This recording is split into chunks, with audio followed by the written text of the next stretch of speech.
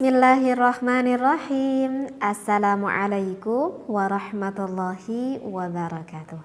Bismillah, alhamdulillah, wassalatu wassalamu ala rasulillah. Pada jamaah al-asran rahimakumullah, berjumpa kembali. Mudah-mudahan kita semuanya selalu berada di dalam keadaan sehat walafiat lahiriah dan juga batiniah kita ya. Amin ya Allah ya rabbal alamin.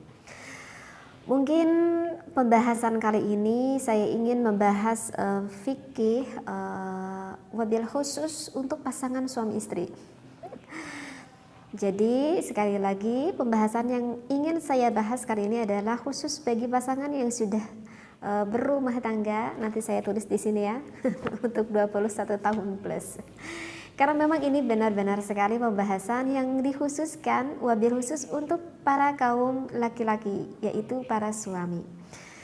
Nah, apa yang ingin saya bahas kali ini yaitu adalah mudah-mudahan referensi yang saya bacakan di dalam kitab yang ingin saya sampaikan ini membantu wabil khusus bagi seorang suami yang punya sedikit permasalahan ketika menyenangkan istrinya melakukan berhubungan biologis dikarenakan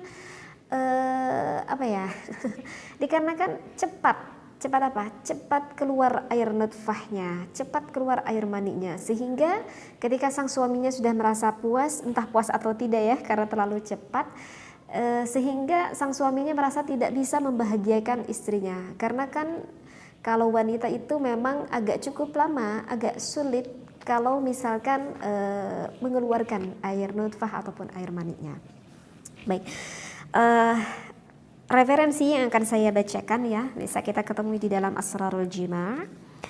Baik, mungkin saya tidak bacakan semua referensinya karena ini agak cukup panjang juga referensinya, tetapi sebelumnya saya sudah mutalaah akan kitab ini dan insya Allah saya memahami apa yang dimaksud ada di dalam kandungan kitab ini. Baik, ada dua tips ataupun ada dua trik bagi seorang suami yang punya permasalahan gampang keluar. Yang pertama itu adalah al-inqita'u tamaman.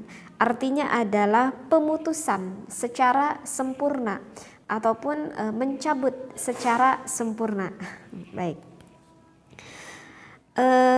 Saya gak baca ya referensinya, langsung aja deh ya saya terangkan.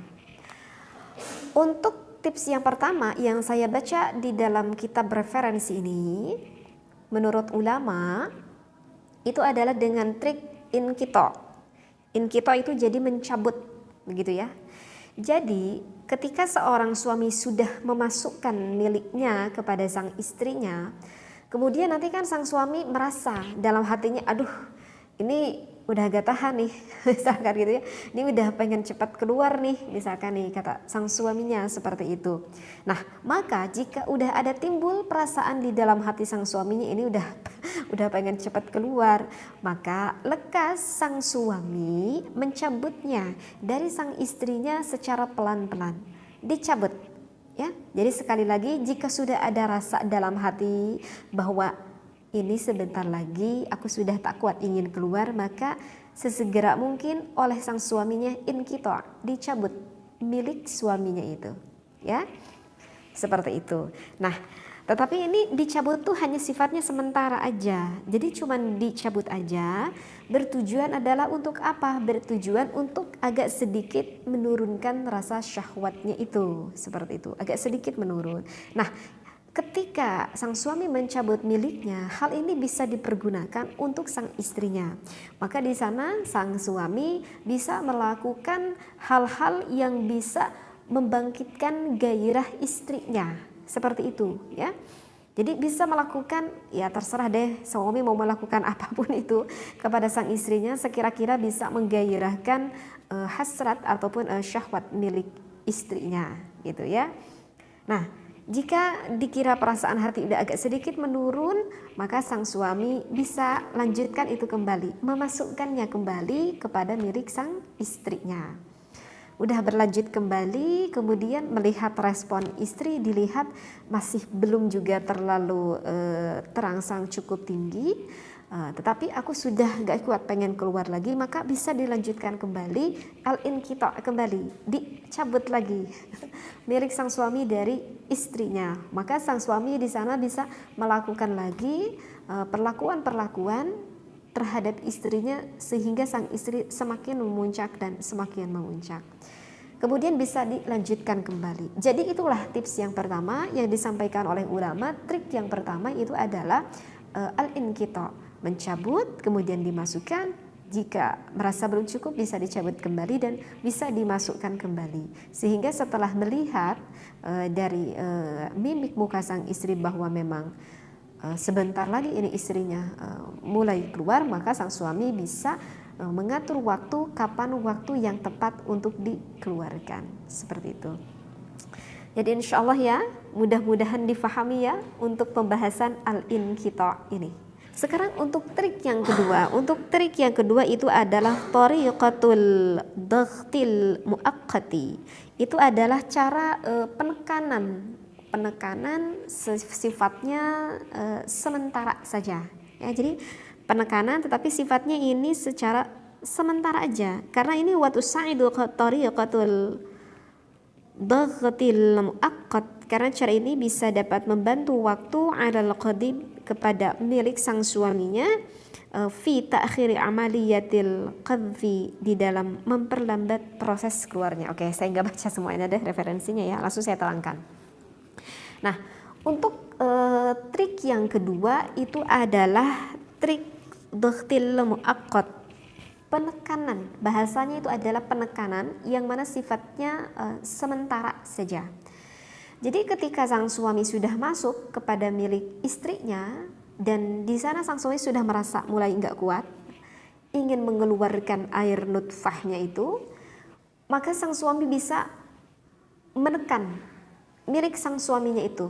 Jadi ini mah tidak dikeluarkan milik suaminya, tidak dikeluarkan, tetapi tetap di tempatnya, tetapi dengan cara proses penekanan, ditekan, gitu ya. Nah, ditekannya itu oleh siapa? Ditekannya itu boleh dilakukan oleh suaminya dan bisa juga dilakukan oleh sang istrinya. Berarti ini tergantung akan posisi ketika melakukan hal itu ya. Kalau misalkan posisi sang suami berada di atas, mungkin itu lebih memudahkan bagi sang suami menekan ya kepada istrinya. Tetapi kalau misalkan sebaliknya, ketika posisi sang istrinya di atas, maka ini lebih enak ditekan itu adalah oleh sang istrinya terhadap sang suaminya. Jadi ya, untuk penekanan ini boleh dilakukan oleh istri ataupun oleh sang suami.